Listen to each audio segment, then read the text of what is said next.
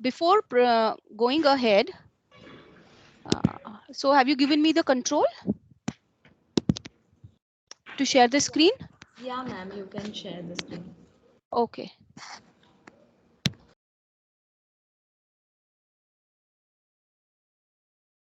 Is my screen visible?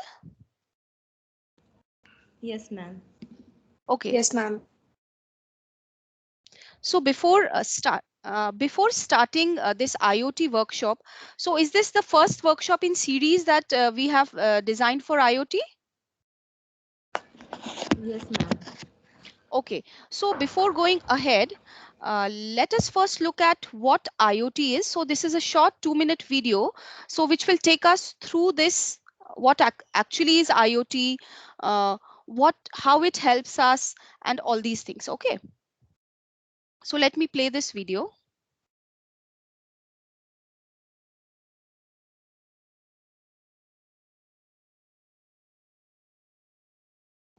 Ma'am, actually, audio is not there. Sorry, audio is Ma'am, not coming. yeah, yeah, ma'am.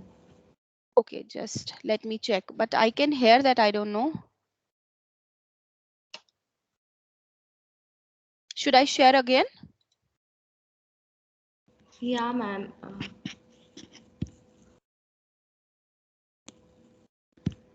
Ma'am, while Now, sharing there will be one option. okay. And there's an option of include computer sound. So when you click on the share screen button, So there'll be you can see my screen, right? no ma'am, right now we can't. Once you click on the share screen button, you'll see include computer sound option. So you'll have to enable that. I am Yeah, sharing my on the right, there's a Right, include right computer. top corner. Okay, yeah.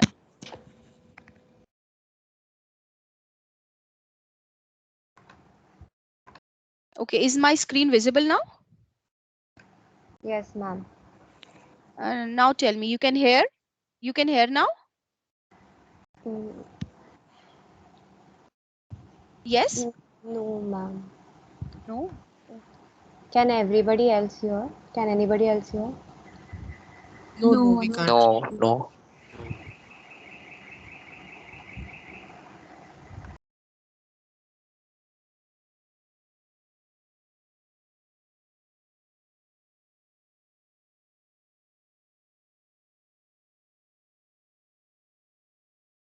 I have enabled that share content, so include computer audio,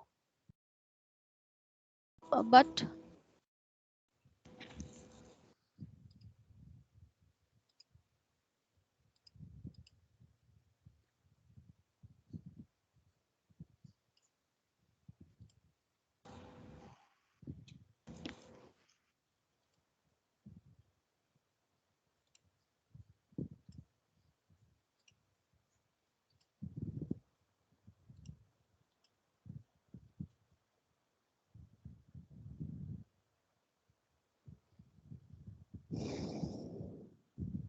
the screen is visible, right? Yes, ma'am. Yes, ma'am.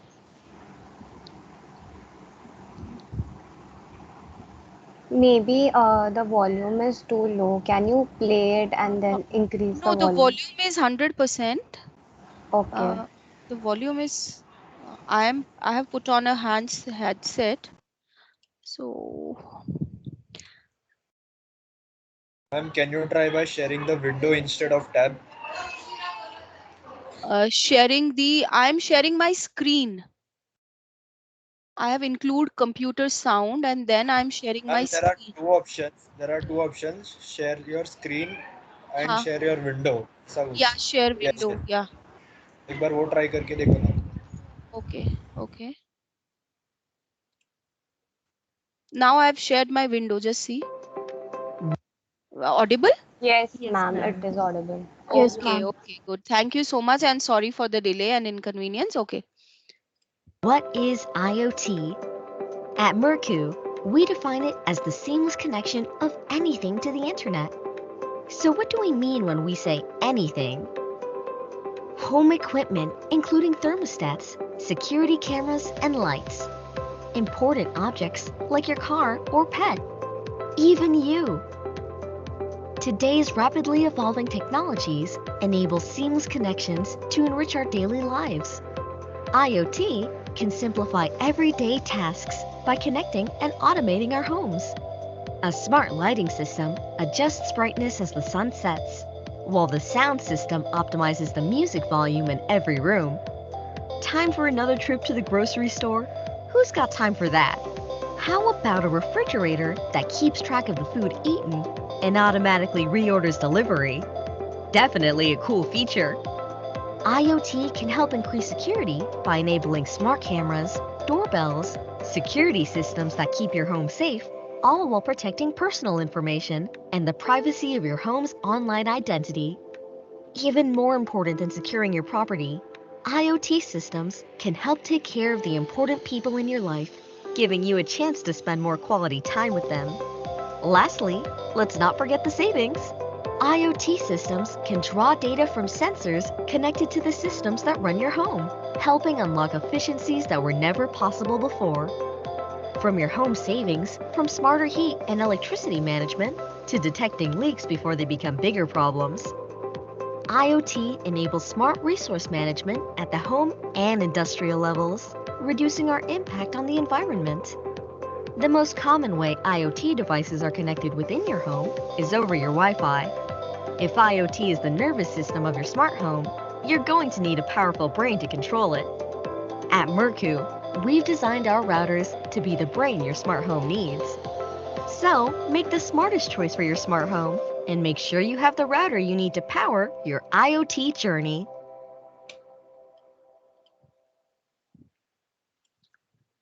Until recently, access to the internet was limited via devices like the desktop.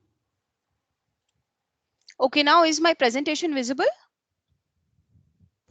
Yes, ma'am. Yes, ma'am. Okay, so now, so we are going to talk about Internet of Things from its origin, from the history point of view, the architecture, the applications.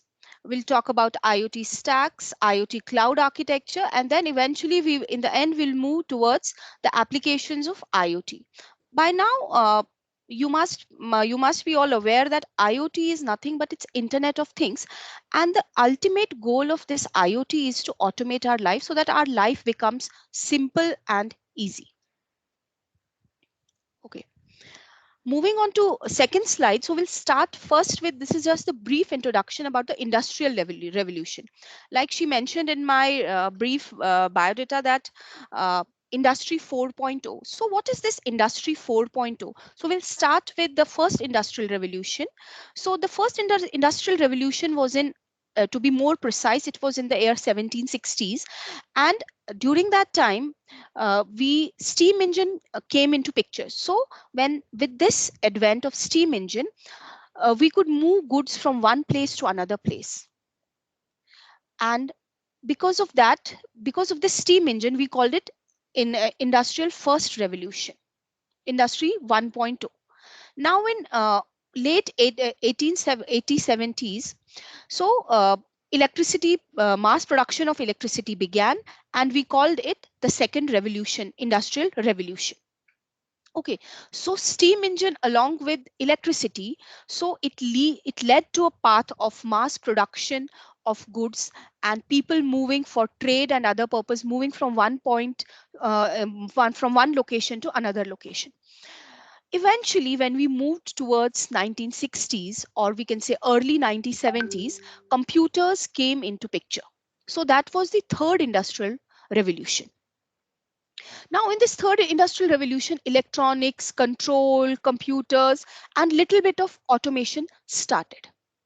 And today, in 2000, in late 2000s, we had the fourth industrial revolution came into picture.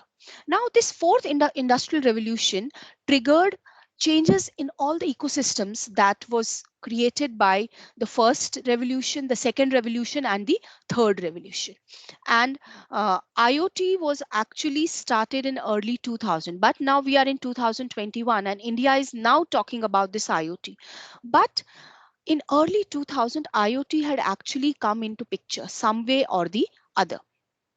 Now, the main objective of this industry 4.0 was to connect people, process, to exchange data, to connect things. Now, question arises, what is this things that I am talking about? Internet of Things. I'm laying more stress on Internet of Things, Internet of Things. So things is nothing but the devices, the people that are connected with each other through the internet. Is my voice audible properly? Yeah, ma'am, it's perfect. Okay, okay. Now, moving on to the next slide, slide number 3. So I'll be talking about the outline of this presentation. So first we'll start with what is Internet of Things, the history of IoT, how it works. Then eventually we'll move towards the architecture, and then important part is spectrum. Okay, you all must have heard about the 2G spectrum scam, the 3G scam, the what A Raja did. So we'll be talking about that spectrum. Okay. Then we'll eventually move towards IoT stacks, protocols, the big data. We are talking about data, data analytics, data science. What is all that about? Then eventually we'll look at some applications, the used cases, and then few limitations of IoT. Now, first question that comes into mind, who invented this term IoT? So it was Kevin Ashton who gave us this term Internet of Things. So what did he say? It was in the year 1999. The Internet of Things is about empowering computers so they can see, hear, and smell the world for themselves. That time when he gave this definition, we said, oh, is he a fool? He's saying that computers can see, they can hear, they can smell the world for themselves. But today, what are we doing? We are doing what he said around 20 years back. His single statement transformed the whole world. Okay, so he's called as the father of IoT, Kevin Ashton. Okay. Now, the main domains in which this IoT works is you can have IoT at home, healthcare, entertainment.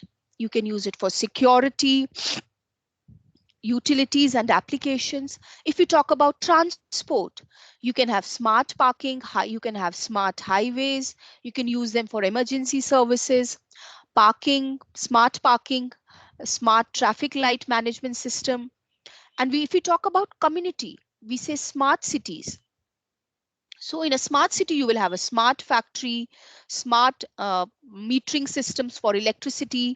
You will have sensors in your environment for keeping a check on the air pollution. You can have surveillance. You can use it in retail. And then you can use it for national security, for utilities. You can use for agriculture, remote monitoring, smart grid, and personal and home automation. And important is your healthcare management. So doctor care is given with the help of this IoT. So it's called as healthcare management. So the main objective of this IoT is anytime, anything, anywhere. So these 3 A's summarize our IoT.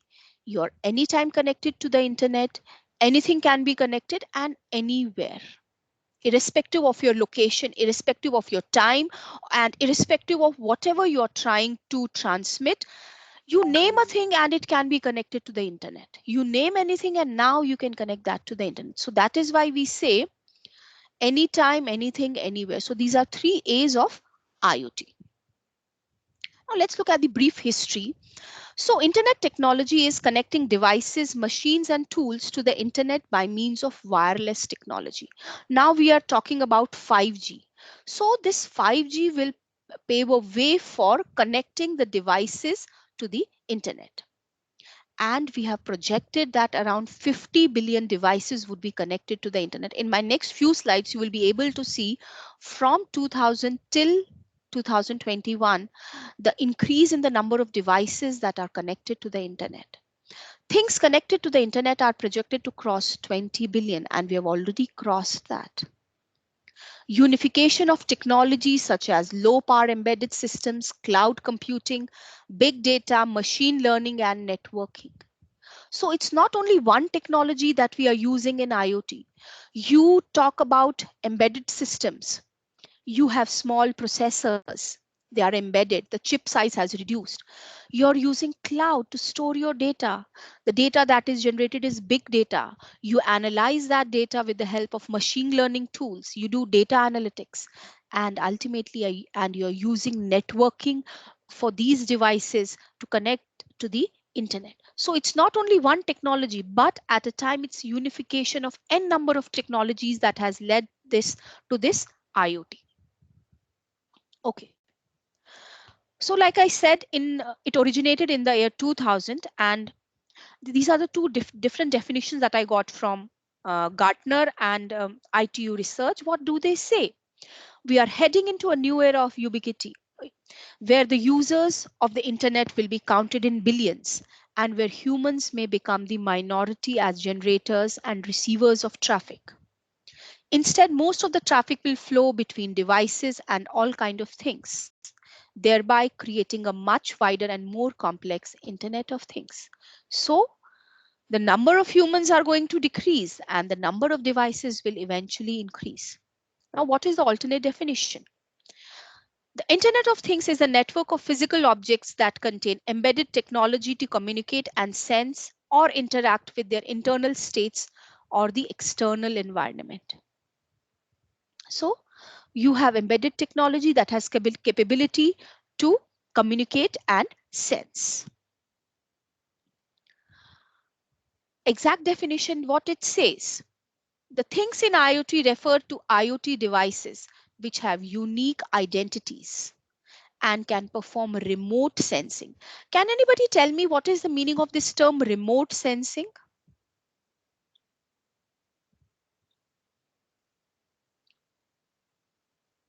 Yes?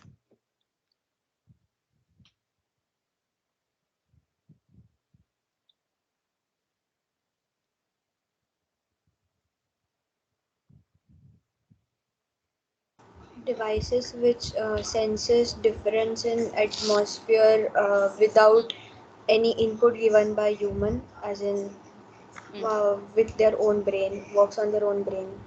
Okay. So what she said was correct, but let me correlate exactly to this definition. So remote is where human doesn't have access. Access as in you cannot physically go there and measure the quantity or the parameters that you're interested in. Suppose I'm talking about dense forest of Africa. So I want to collect information related to minerals that are present over there. So what I can do is I can lay down thousands of sensors, and these sensors will have a transceiver which will transmit information from that dense forest of Africa. So it's called as remote sensing. Means physically I'm not going there, and the sensor is smart enough to collect information and transmit to my central server. Please mute yourself. Who has unmuted? I can hear some disturbance. Yeah. So I'm repeating again. The things in IoT usually refers to devices which have unique identities and can perform remote sensing and actuating and have monitoring capabilities.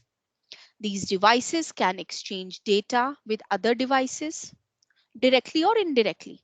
They collect data from other devices and data is handled locally. Send the data to the central server or cloud application and process it and perform some tasks locally and other tasks within IoT infrastructure based on temporal and space constraints. So you have a sensor which will pick up these quantities, and then it will process that and it will transmit it to a cloud. Maybe cloud might give some backward command. Suppose if I talk about a smart heater or smart water tank filling system. So when the water level has reached, the sensor will send a signal that water level has reached this much, a set value. From the central server, a signal might come, okay, now stop the motor. When the motor is stopped, start the heater. So earlier this was done by a human intervention, but it was done manually. Now, but with the help of these smart sensors, with the help of IoT, this is now the whole plant has been automated now. this is the roadmap of IoT. So you have, if you look from 2000 till 2021 and the technology where we have reached, we started with RFID tags. Excuse me. We started with RFID tags for routing, for maybe inventory management, for checking out on my stock, animal husbandry, everything I can do. Then eventually I moved to surveillance, security, healthcare.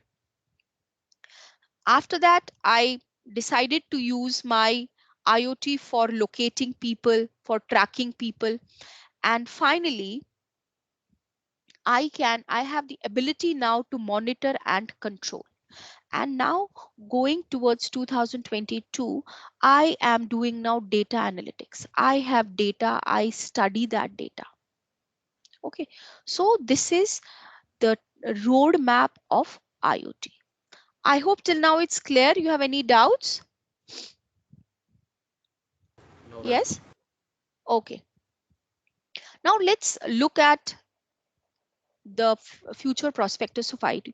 Now change is the only thing that is permanent in this world. So we are continuously changing. So like I told you, by 2020, it was estimated that around 50 billion devices will be connected to the internet. And we have crossed that. And we have around 6.58 devices per person that we are using. And the population is 7.6 billion currently that we have. So we are crossing that. The number of devices are increasing day by day. Now these networks connected with added security, analytics and management capabilities, and this will allow IoT to become even more powerful in what it can help people to achieve. You talk about transport, energy, earth monitoring, home automation, education, business. You can have anything connected together. You can have it as an individual network. They can have interconnection with each other. Home, education, transport, business, anything. And then on top of it, you can have security architecture, you can have analytics, and finally, you can manage all this. So IoT has a huge and massive potential, and we as engineers, we have to unlock that. So it leads to improved performance. The costs are reduced, the automation has increased, the cost has reduced, and it is leading to new revenue, and it is creating innovative services. We never thought of cloud kitchen. Did anybody think 7 years down the line, किसी ने सोचा था that we'll have by 2012-13, किसी ने सोचा था that we'll have a cloud kitchen? We don't know the location of the kitchen from where we are ordering food. We don't know. We just have an app. You just you just lock your order, and within half an hour the order is delivered. We never thought of that. We never thought that we'll have a smart fridge. We never thought that we'll have inventory management system, what Amazon is doing. We never thought of that. 5 years back, we never thought that we'll have smart parking or smart inventory management system. We never thought. But we have already done this. Now, IoT is creating data. The more data that is created, the better understanding and wisdom people can obtain from that. So from data, you gather information. From information, you gather knowledge. From knowledge, you can get understanding. And finally, you have wisdom. You get wisdom. So I am turning my data into wisdom. From where am I getting this data? I'm getting this data from IoT. So the bottom line is that who is giving me this data? IoT is giving me this data. We are talking about data analytics. Data analytics, where am I getting that data? I'm getting that data from IoT. So big data is not magic. It doesn't matter how much data you have. You can't make a sense of it. If you cannot make a sense of it, doesn't matter how much big data you have. So you have to make a sense from whatever data you are gathering. So big data is all about that, making sense from the data that you are gathering from IoT. Now let's look at the market share that IoT is currently having. So manufacturing is 16%, healthcare is 16%, insurance 12%, banking is 11%, retail wholesale 8%, computing 8%, government 7%, transportation 6%, utilities 5%, real estate 4%, agricultural 4%, and others are 3%. So you're using IoT in each and every field. It has captured your whole market. You can have real-time analytics of supply chain, robotics, healthcare, agriculture, retail. You're tracking your products. You talk about security, biometric, facial recognition, smart locks, remote sensors. Wherever you see, you have IoT. So these are some of the IoT applications, like excuse me. You can use it in health, urban mapping, smartphone detection, traffic congestion, smart lighting, waste management, smart roads, river floods. You can even predict your tsunamis, smart grid, the water tank level, which I gave the example of, the photovoltaic installations, water flow, the stock calculation, excess control, liquid presence, forest fire detection, air pollution levels, snow level monitoring, landslides, earthquake detection, water leakage, radiation, explosive hazardous gases, supply chain, the NFC payments that you do, and it is the most insecure thing of IoT. Intelligent shopping, smart product management, smart parking. So all this is using IoT. Now the question arises, where do I get this input from? I'm talking so much about data, data, data, but from where am I getting this input from? I'm getting this input from the sensors. The sensors are installed in hospitals and the doctors are using, in insurance companies, the appliances, the facility management in retails, the application development, the utilities, the automation of equipments, manufacturing, public transport, logistics, consumers. So these things are giving me input, the data that I'm talking about. My sensors are picking data from here, from all these applications. Now let's look at the characteristics of IoT. Now these IoT devices, they are very dynamic and self-adapting. They can change with respect to the environment. They are self-configuring. Means they can configure themselves, they can configure their topology on their own. They are interoperable communication protocols. They have a unique identity. Eventually we'll see all of these. They are efficient, scalable, and they have associated architecture. They have a specific naming. You can have these abundant devices laid down, and to save the power, they can go into sleeping modes. And they have intermittent connectivity, means to save the power, they go into sleeping modes. And if they go into sleeping modes, they are not connected to the internet. Then they wake up after some time, and again they check if there is some data which is required for transmission or not. Now, question arises how this IoT works. So this Internet of Things is not result of, like I told you before also, it's not result of single novel technology. Instead, several technologies have come together to build this IoT. And these capabilities include communication, addressability, identification, sensing, actuation, embedded information processing, localization, and user interfaces. Okay, let's skip this. So let's directly come to this is, in layman terms, this is the generic block diagram of an IoT. Okay, so you will have IoT interfaces or sensors. Then you will have something for connectivity, memory, you will have storage, and then audio video interfaces. From here onwards, in next few couple of slides, I'll be talking about the IoT architecture. Like I said, a lot about the data. So who is going to pick up this data? So I will have sensors. So these sensors are called as end devices or nodes. They pick up the signal or the physical quantity. Now, there are two things. One is a sensor and other one is a transducer.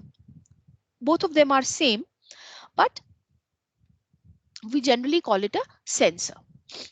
So you can have temperature, humidity, pressure, motion, and lux sensor. Okay. Then once a sensor has picked up this signal, it has processed this signal.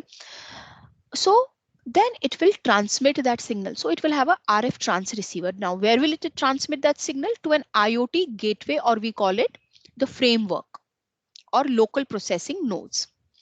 From there, the data is transmitted to a cloud server. And finally, you can build a mobile app that we already have, like for Fitbit or for smart home. You already have these apps. So finally, our main objective is everything should be in our hands on our mobile. So sensor has picked up the signal. You have a gateway. From the gateway, we are transmitting that to cloud. And finally, we are building a mobile app on top of it. Okay.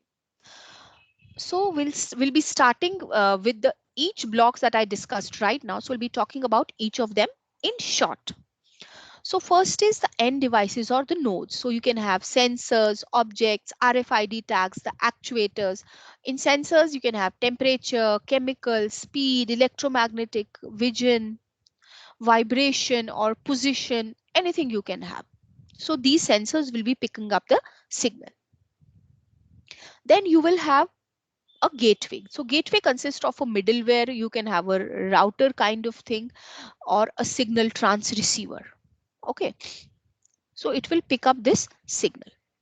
Then finally, you will have something which will transmit it to the cloud. So you can have a Wi-Fi, Bluetooth, Zigbee, and LoRa is low range. Then you can have Z-Wave also, Sigfox also. There are many types of, we generally call these as protocols which help in transmitting my data to the cloud. So I'll be talking about all of them eventually. So you can have Wi-Fi, Bluetooth, Zigbee. Many of the students use this Zigbee router in the projects, in the final year projects, the hardware projects that we are doing here in the department. We use these Zigbee routers. Okay. Then finally, we are building cloud-based IoT applications in healthcare, traffic, smart cities, agriculture. Okay. So this is how my IoT network architecture will look like. The things on the left hand, extreme left hand side are the sensors. Then you will have a local network. Yeah, then you will have the internet in between. And finally, you will have end devices. Now these end devices, there might be a remote server, or you can build an app. Once you have gathered this data, then you can do data analysis on that. When I talk about, so till now I have talked about the architecture of IoT. So was that part clear? Yes. Let me take a short water break. Any queries or any questions till now? No, ma'am. Okay. Is it boring or are you finding it interesting? Please be, you should be frank and tell me.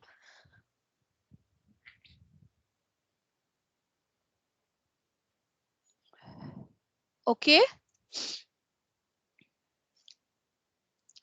Now layers of IoT, or we say it IoT, we call it IoT stack. So you have sensing layer where you have sensors, then communication layer, we have gateways, then management layer, you can do data management, analytics, business intelligence, and then finally application layer, where we utilize all this.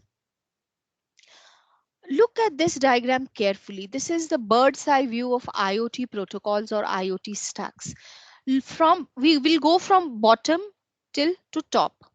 So you had sensors. I talked about the sensors.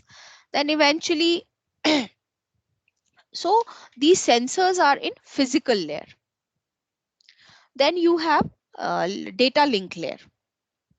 In that, we have Bluetooth Low Energy, RFID, GSM, LTE, Bluetooth, Ethernet, Zigbee, and then transport layer, IPv4, IPv6 we have in that.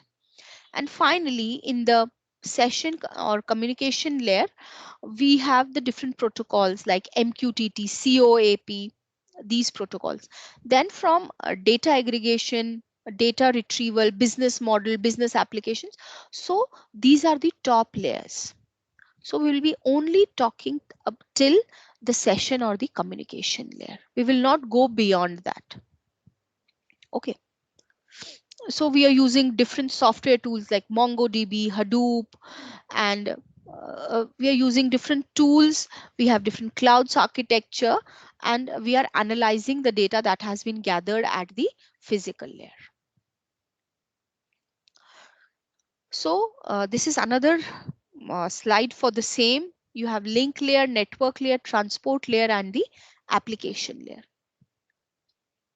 So now we'll forget about the physical layer because we've already talked about the sensors. In the link layer, we have Ethernet, Wi-Fi, WiMAX, low rate PAN, and in the network layer, IPv4, IPv6, in the transport layer, TCP and UDP, and in the application layer, we'll talk about MQTT and COAP. Okay. So before going to that, so we should know what is spectrum. Why is spectrum so important for when I talk about the communication point of view? Now, spectrum is nothing but the frequency band at which your communication happens. So you can have licensed band or you can have unlicensed band. Just give me 1 second.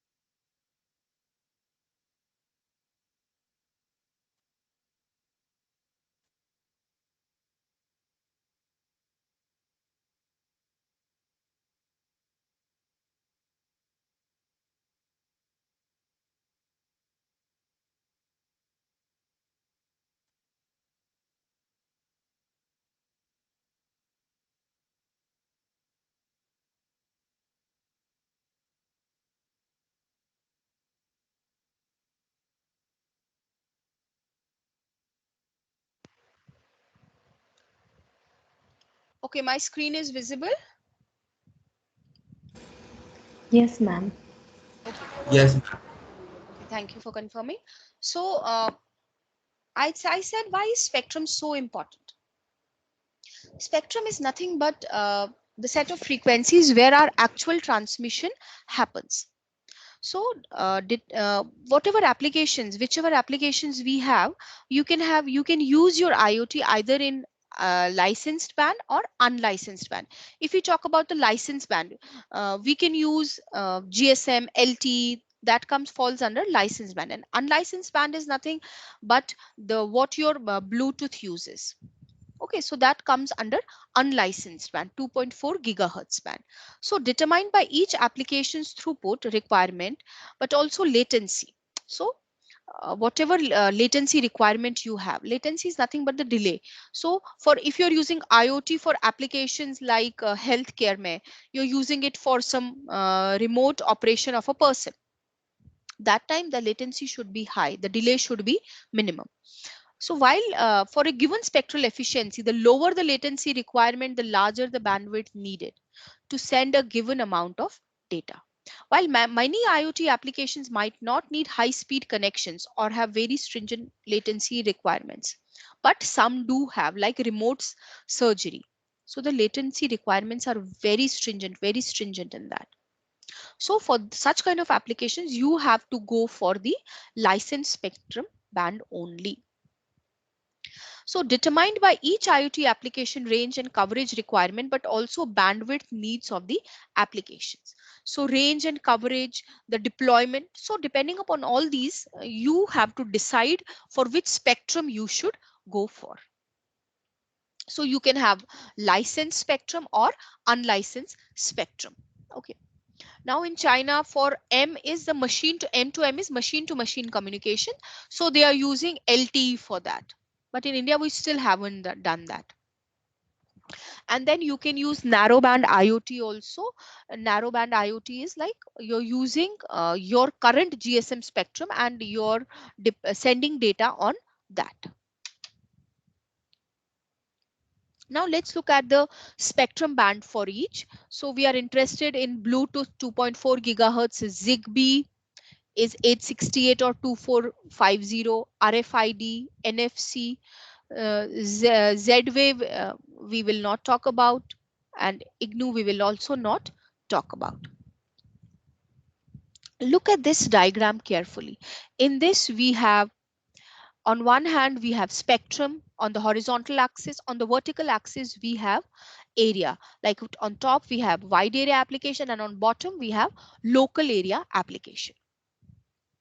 Now, local area application, that means the distance up to which we are transmitting data is very small. So we are calling it local area application.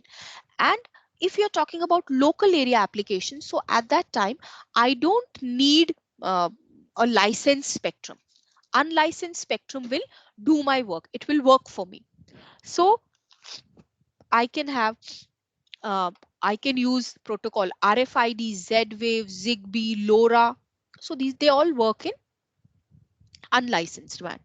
Then on the left hand side bottom, I can have low spectrum impact. I can use it for I can go for licensed spectrum as well. On top right hand side, where I can have Sigfox, LoRa, weightless, I can use these protocols where my data rates should be high.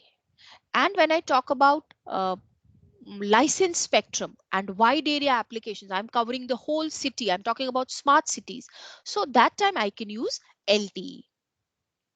Okay, so this is how my spectrum allocation with respect to the area, local area or wide area, I can go for any of these protocols. I can choose, I have n number of protocols depending upon my requirement, depending upon my application and depending upon my distance coverage and the amount of data that is being transmitted and the application. I can choose whether I want to go for licensed or unlicensed spectrum.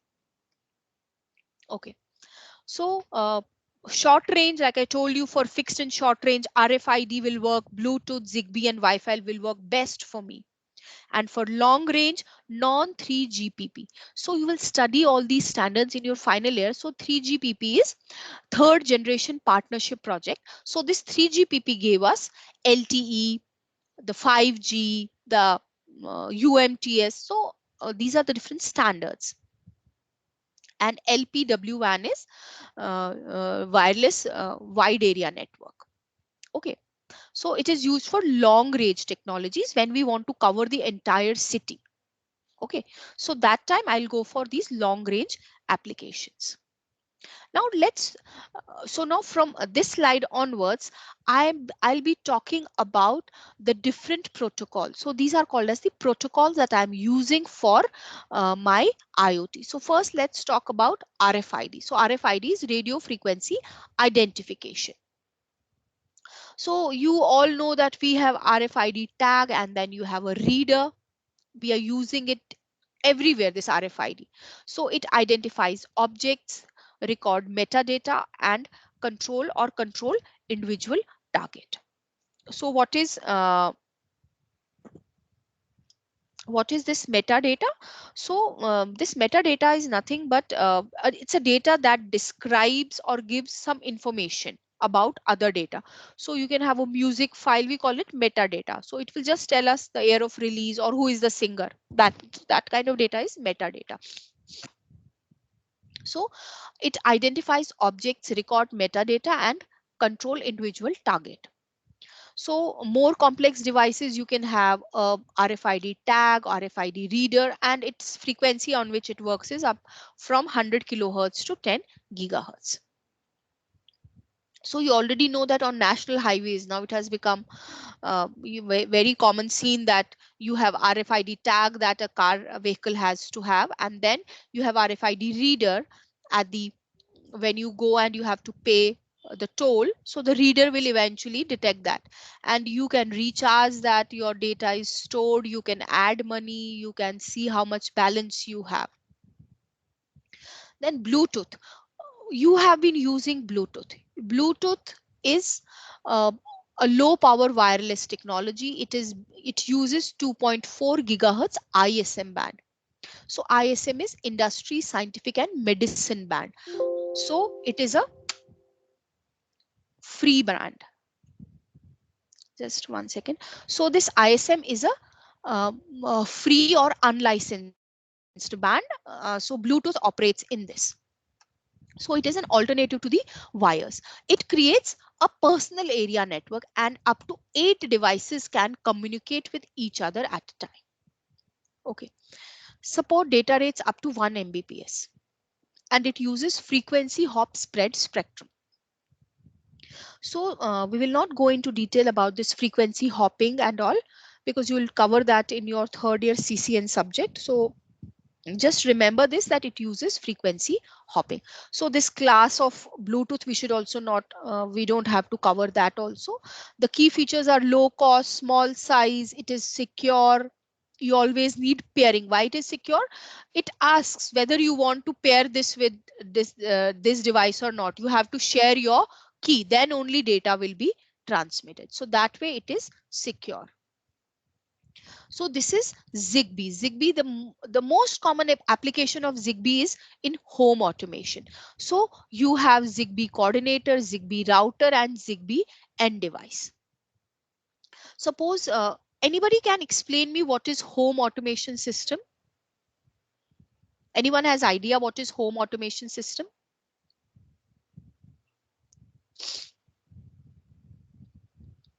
Yes. How this home automation works. So I want this session to be not one way but two way. So you tell me what is home automation system and how it works.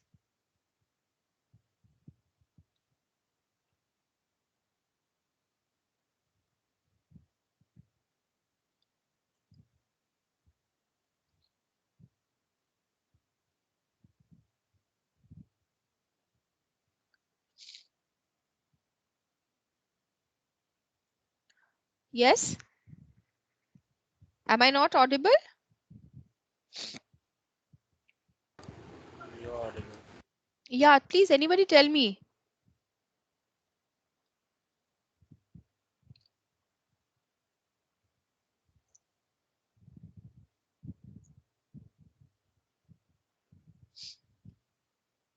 No one knows?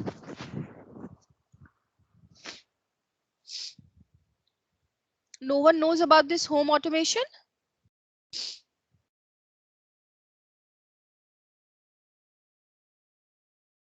Alexa and Google Homes. Alexa and Google. Okay. But can you explain me what exactly happens when I say home automation? So what is actually home automation when I say smart homes? Like basically all the devices that can be connected to the internet can be controlled using a central device, be it a fan, be it an air conditioner, be it a TV. Uh, Uh, Anything generally that can be connected to the internet. Generally, if you're talking about Alexa in general, Alexa hmm, has an option key. If you're everything in the same network, hmm. you can actually use Alexa to actually control those things. Okay. But yeah. Anyone else?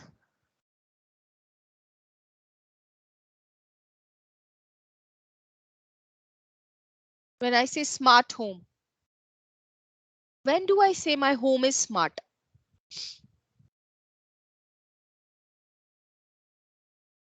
This is a very common application. What happened? You are tired at the end of the this Saturday evening that you have this workshop, or you don't know? What is it?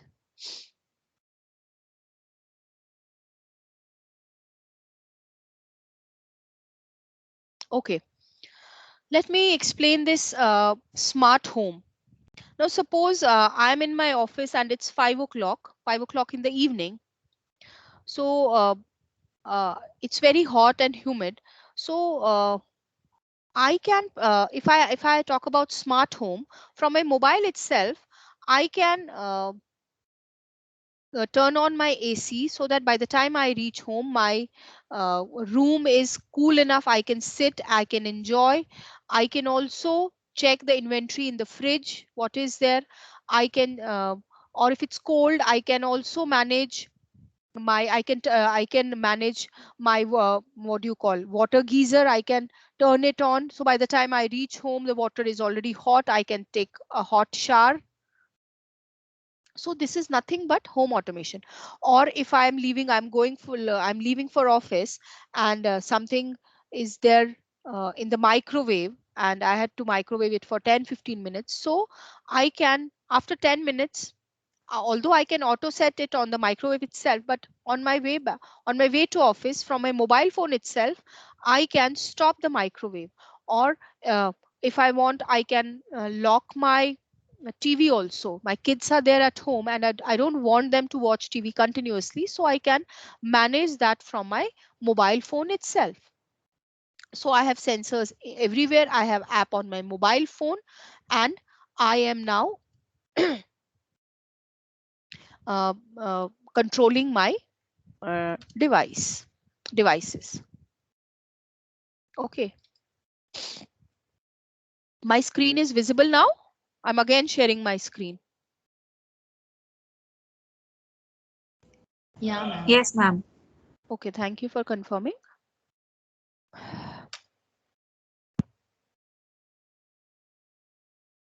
Okay, so I'll have a Zigbee coordinator, router, and end device. So I can control my light, TV, AC, and uh, outlet. I can open my windows, everything from there. So it's a smart home. Also, what I can do is, the smart homes that we are talking about in India and Lodha and many properties in Bombay itself, what they have done is they have smart street lighting in the compound or in the home itself. So if you are walking through the corridor, and uh, the sensor senses that someone is there, so the light is turned on. As soon as you leave that range, you are beyond that range of sensor, the light will be automatically off. Okay.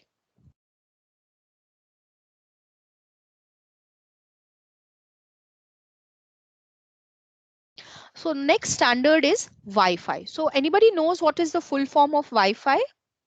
So it's wireless fidelity.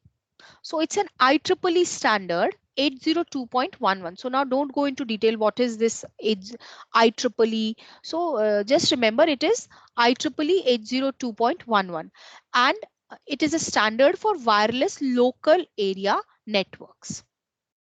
So many versions of this are available: A, B, G, N. So every version is giving us different data rates. It's operating at different frequencies, and the throughput is also different. So we got different ranges, different standards for it. Now it is used for home and building automation, smart energy, multimedia, audio streaming, advanced remote control, security, machine to machine configuration, communication, and Wi-Fi infrastructure. So Wi-Fi is another standard. So remember one thing, the range of Wi-Fi is more compared to Bluetooth and RFID. RFID the lowest, then the Bluetooth. Now we are talking about Wi-Fi. Then comes your long range standards. So for this you have 3GPP standards, like third generation partnership projects. So you have LTE-M for machines, you have GSM, NB-IoT, narrowband IoT, then 5G, and non 3GPP standards is LoRa. So they are used LoRa, Sigfox, Weightless, and others. So this 3GPP standard is for long range, and non-3GPP standard is also for long range, but 3GPP standards is worldwide, they will operate in the same way. So it's called as 3GPP standard, that is third generation partnership project. Then so I talked about the 3GPP standard. Now let's look at non-3GPP standard, LoRa. So LoRa is low power wide area network. Its range is up to 15 kilometers. It has strong indoor penetration and it occupies the entire bandwidth of the channel to broadcast a signal. And it is resistant to Doppler effect, multipath and signal weakening. So just when your signal is transmitting, now never between a transmitter and signal, the high probability is that the transmitter and receiver will never be in line of sight. There are multiple obstacles in between transmitter and receiver. So what happens? Because of this, the signal follows different paths to reach the destination. So it leads to multipath propagation. When the signal reaches the destination, now instead of signal coming from the one path, the signal is coming from different paths. So when this signal reaches the destination, either constructive or destructive interference happens and you're getting a signal which has undergone weakening, or the signal has some delay and the signal has been lost. So it is called as multipath effect and the signal has weakened. So this LoRa is resistant to that. This is your LoRa architecture. So you have end devices, you have sensors there, and in between these end devices and the gateway, they transmit information to this LoRa gateway. And LoRa gateway is responsible for transmitting this up to 15 kilometers. The range is up to 15 kilometers and throughput is 50 kbps.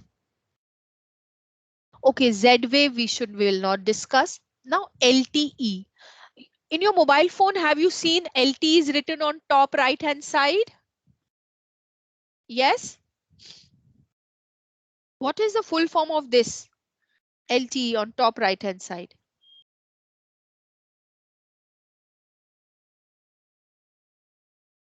Please tell me. LTE, what is the full form?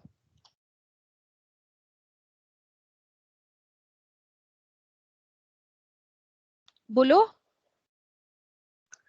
It's long-term evolution. It's the fourth generation of the mobile and wireless communication. Second generation, the 2G was only GSM without any data. Then came GPRS. It was 2.5 generation, that is general packet radio service, little bit of data you could do. Then came the edge, enhanced data rate for GSM evolution. Finally, we had third generation UMTS, universal mobile telecommunication system. Now we are using LTE. LTE-M is the machines. And finally, now we are talking about 5G. So we are using this LTE for data transmission. The data that has been picked up by sensor, it is passed on to the gateway. From gateway, we are using now LTE transmit over long range. So the evolution of LTE is optimized for IoT.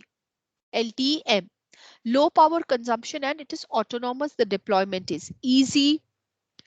Interoperability with the existing standards that you had, and the coverage is up to 11 kilometers and maximum throughput is less than 1 Mbps. Okay. So release 12, release 13, so different changes, maybe data rates were added. Refarming of the frequency was done. So we have got different releases of this LTE. So this is how my LTE architecture will look.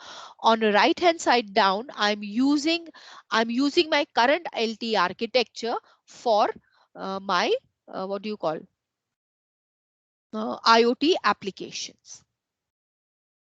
Okay, I have added certain hardware, certain softwares, and I can transmit my sensor data.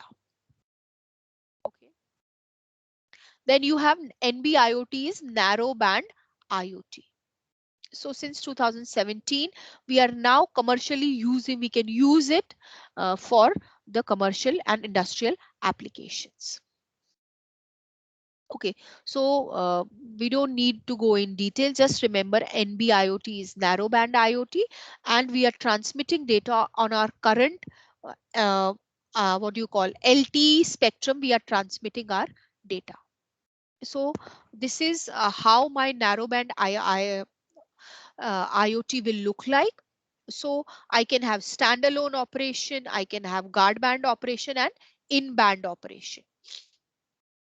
In standalone operation, I will use it in 2G GSM, and I can use it. I'm refarming my GSM channels and I can use it. In guard band operation, in between two LTE carriers, I can use it in between.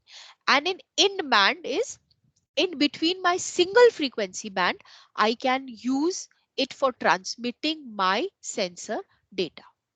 Okay. Till now, I only talked about my link layer protocols. Okay, these were all link layer protocols. Now I'll be talking about the network layer. In my network layer, I'll be talking about IPv4 and IPv6. You will be doing all this in your third year, but now since this is an IoT introduction to Internet of Things, so I'm talking about IoT stack. So I should know what is there in my network layer. So I have IPv4 and IPv6. So this is Internet Protocol version 4, which came earlier, and then we are using IPv6. Okay, so IPv4 was deployed in 81, IPv6 in 99. The addresses for 4, it is 32-bit, for 6 it is 128-bit. Address format is, it's given, it is dotted decimal, and then for IPv6 it's hexadecimal. You have prefix notation, and number of addresses that are available. For 4 it is 2 raised to power 32, and for 6 it is 2 raised to power 128. So this is difference between IPv4 and IPv6. So this was about the networking layer. Okay. Now let's come to the transport layer. In transport layer, if you remember, in my bird's eye view diagram, I had shown you what different protocols I'll be talking about. So in transport layer, I'll be talking about TCP and UDP. So TCP is a connection oriented protocol. That means one-on-one connection has to be there, whereas UDP is connectionless protocol. And another difference between these two is the speed. TCP is slower than UDP. Overall, UDP is much faster and simpler.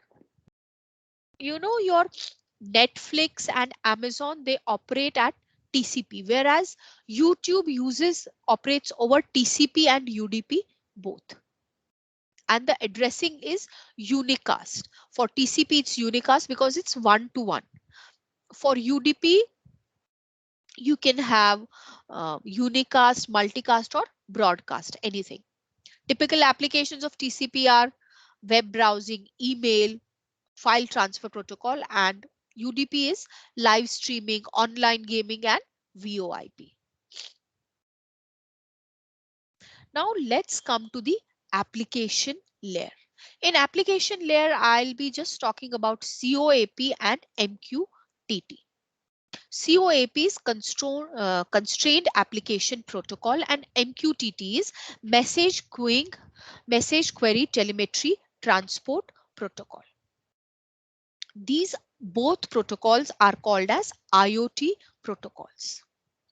But the main difference between MQTT and COAP is MQTT is a many-to-many communication protocol, and it is used for passing messages between multiple clients and broker. In the next slide, you will have a look on that also. And COAP is one-to-one protocol for transferring information between client and the server. And this COAP uses UDP, that is User Datagram Protocol, and it uses TCP, that is Transmission Control Protocol. Okay.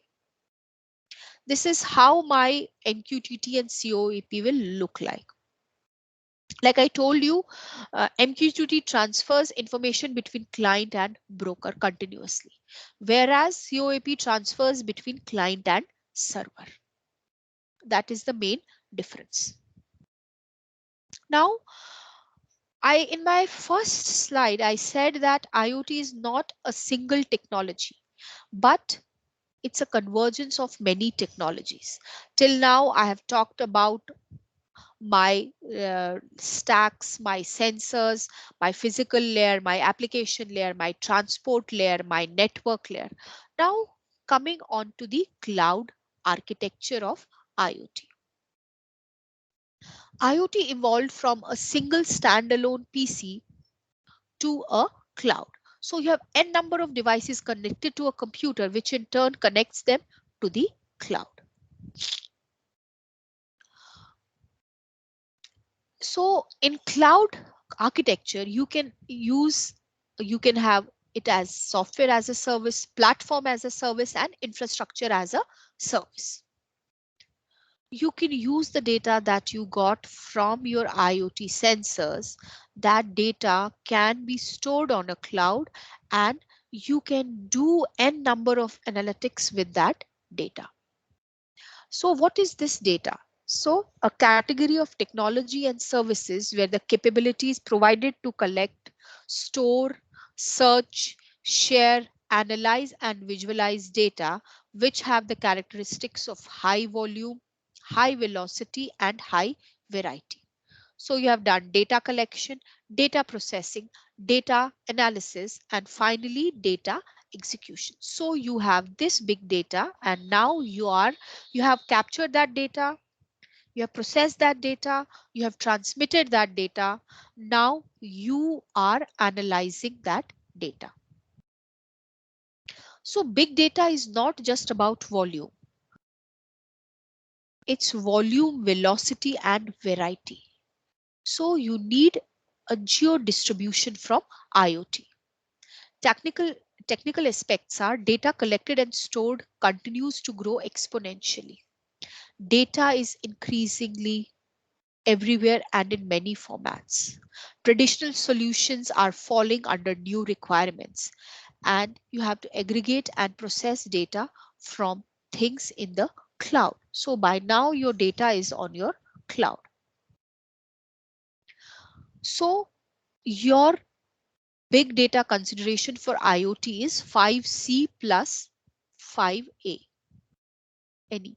So you have convergence, contents, computing, communication, connectivity. So 5 C's. And 5 any, anytime, anywhere, any service, any network, any object. So this is the nutshell of your big data. Data is stored in the cloud. Data follows you and your devices. Data is accessible anywhere, and data can be shared with others. So 5C plus 5NE is your big data. So combining clouds and IoT to support required resources to increasing heterogeneous objects to meet the dynamic computation needs of environmental application with existing sensors. The benefits are the cloud can work on behalf of the object for increasing availability. The cloud can support resource continuity so that objects move freely, changing access technologies, changing their location. The cloud-based IoT service environment combines the cloud computing, big data, and the IoT.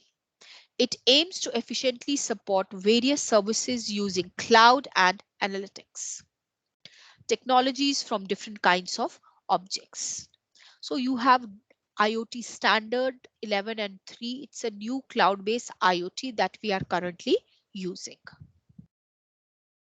So you name anything and you can have IoT built for that.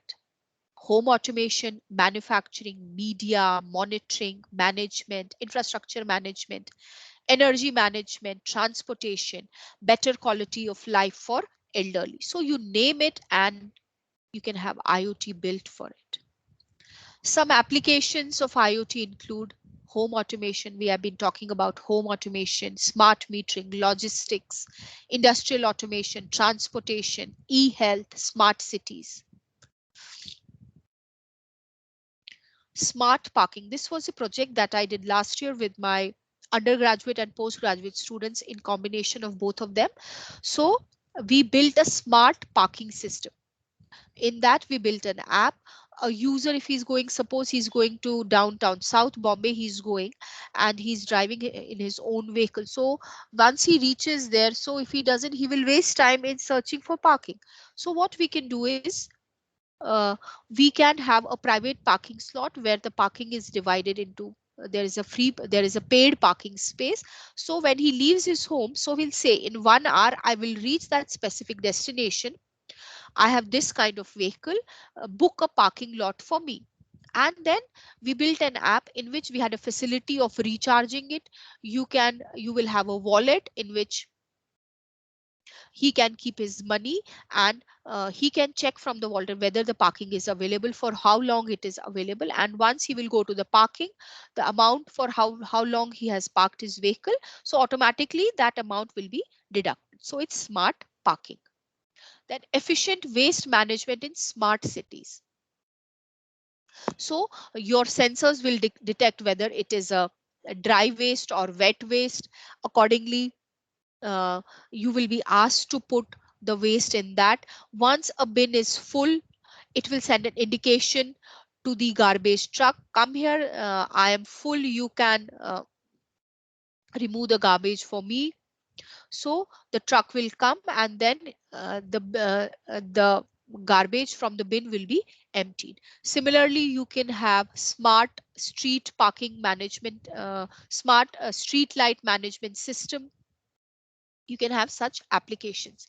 IoT for elderly is you can have accelerometer built which detects their falls, and if they fall, immediately a message will be sent to a hospital, their exact location, their location will be gathered, and you can immediately send some nurse or ambulance to that location, and the life can be saved. Then we have Happy Fork and Smart Toothbrush. In Happy Fork, it's an electronic fork that helps you monitor and track your eating habits. It also alerts you when uh, with the help of indicator light, and it has gentle vibration how much you have eaten, your eating habits. Then you have a Beam Brush. It's a smart toothbrush, and it checks your daily hygiene routine, and you can have an app for that, and information from your brush will be transmitted to that app. You can have sensors in your Holy Cow also. Now these sensors are installed in their air, and they are used to track their movements, ensuring healthier movements, ensuring they are healthier, they give plentiful of milk. And you can have them installed in the pregnant cows. So when the water breaks, and then immediately signal will be sent, and then what do you call, a person will come and look into the matter, and then you can have monitoring of the cow. You can also have a smart vessel cup, smart egg tray. In this smart cup, it holds 13 ounces of liquid. The battery takes 60 minutes to fully charge, and it will last for 5 to 7 days. Also has a wire-free charging. Egg minder sync with your smartphone to tally your how many eggs you have got at home and when they are going bad. Another application is your shopping. You can go to the mall. This was also an undergraduate project that I did last year. So it was what Amazon is currently doing. So I tried to implement this. So it was used for inventory management system. So once a product from the shelf is removed, immediately a message goes to the central server that XYZ product is removed from the shelf, and immediately it is again filled back. And also you can have goods introduced. Goods will introduce, you're going in a mall and goods will introduce themselves on their own. When entering the door, scanners will identify the tags and automatically billing will be done. When paying for the goods, the microchip of the credit card will communicate with the checkout reader, and when moving the goods, the reader will the staff will get a notice that XYZ product is removed from the shelf.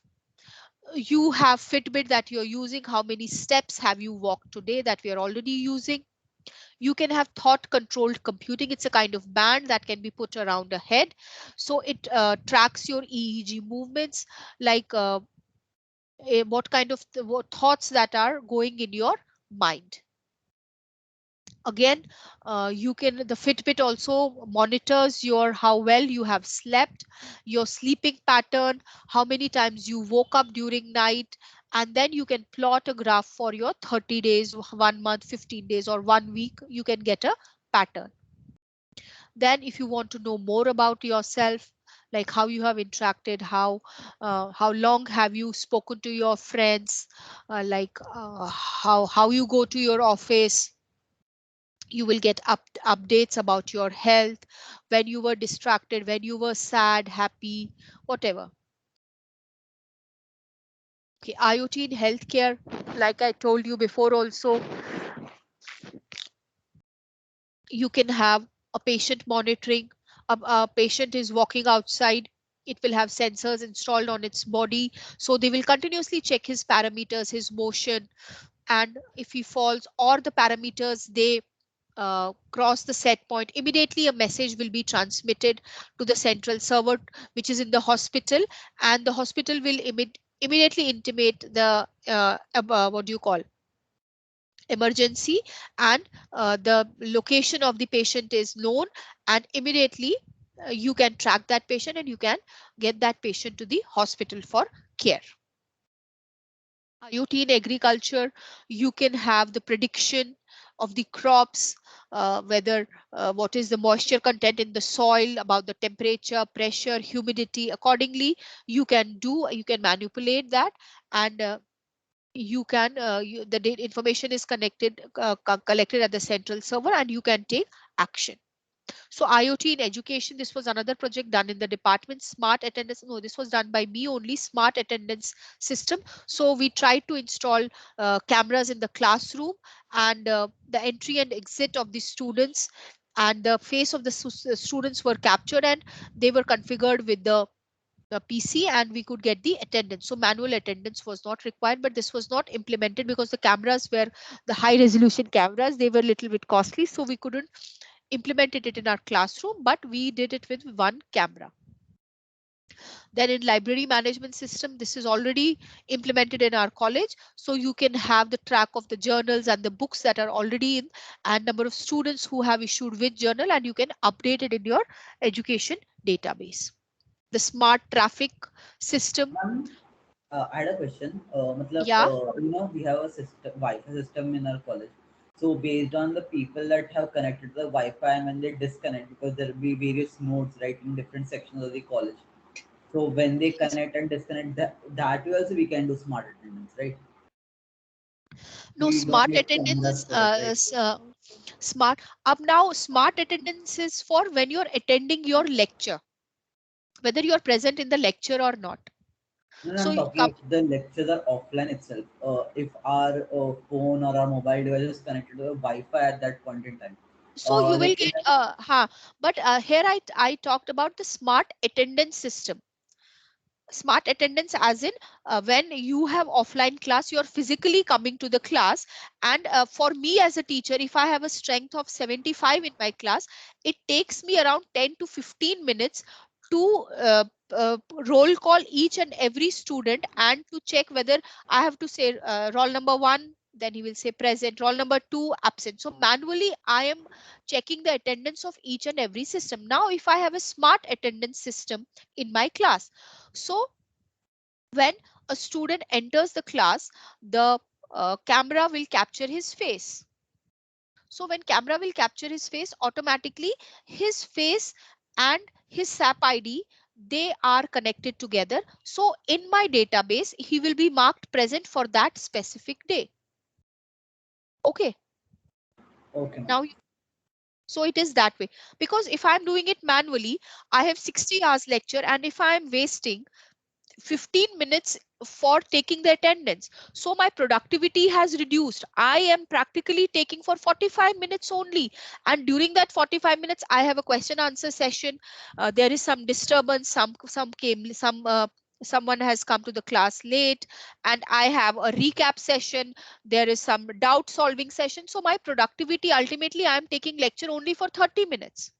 So to improve that productivity, if I have smart attendance system, automatically my database will capture the face of the students.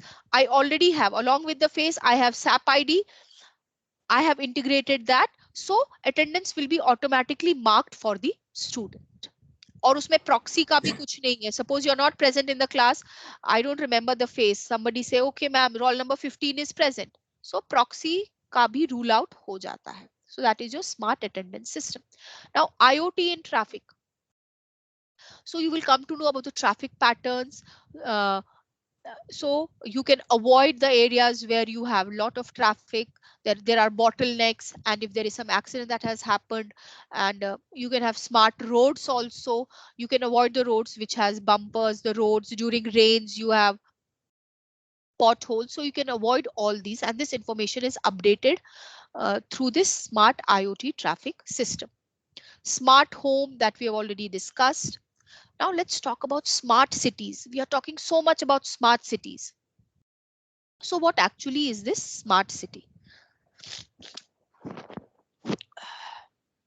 So this smart city will have smart security, smart street light, smart traffic management system, smart waste management system, smart health.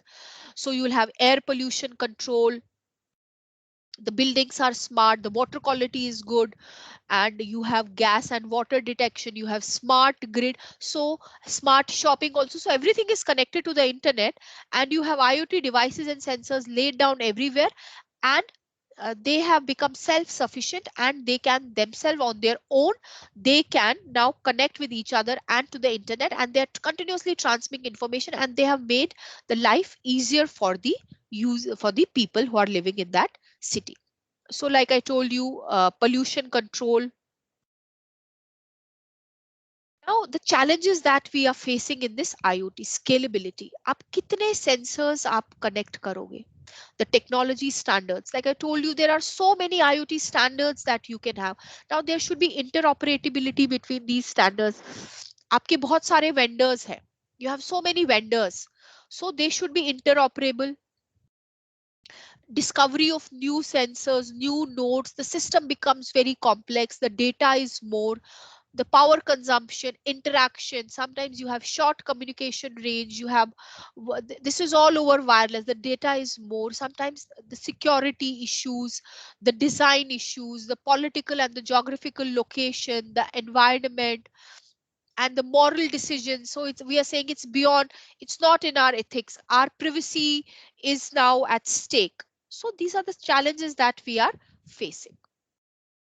Now these are the simple projects that you can look at. You can have weather monitoring, water tank monitoring, baby monitoring, smart attendance, smart parking, smart health, smart home controlling appliances. So this is the future of IoT. The sky is not the limit. It's only the beginning with IoT. So whatever you think of, you can have it on IoT. Now your operation theater is virtualized. A doctor is sitting miles away and he's performing an surgery. Predicting, you're doing analysis, you're monitoring, maintaining, and the machines are self-healing. Okay, so the sky is not the limit. And it's just, IoT is just only the tip of an iceberg. So there's lot to do, lot to do. And you can always approach me. I'm here to help you if you want to pursue, if you have interest in IoT. Okay, any questions?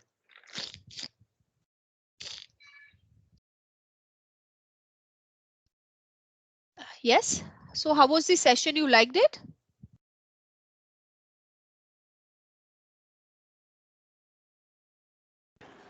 insightful. Okay, thank you so much. So with this, we come to an end of this session. I hope I covered all the topics that I was given, and this was just the introduction to IoT.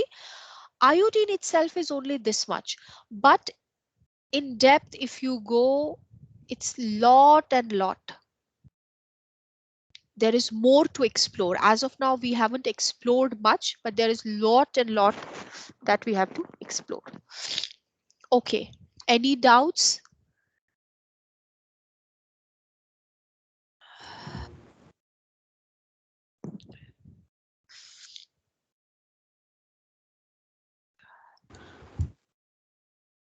Okay, with this, we come to an end of this session. Anybody from the IE team, IET team? Yeah. Many thanks, ma'am, for your detailed guidance on IoT.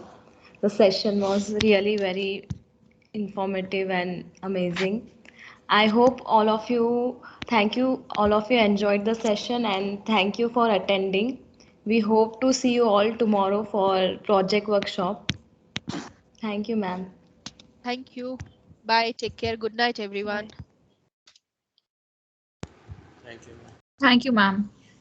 Thank you, Thank you, ma'am. ma'am. Thank you, Thank, ma'am. thank you, ma'am. Bye.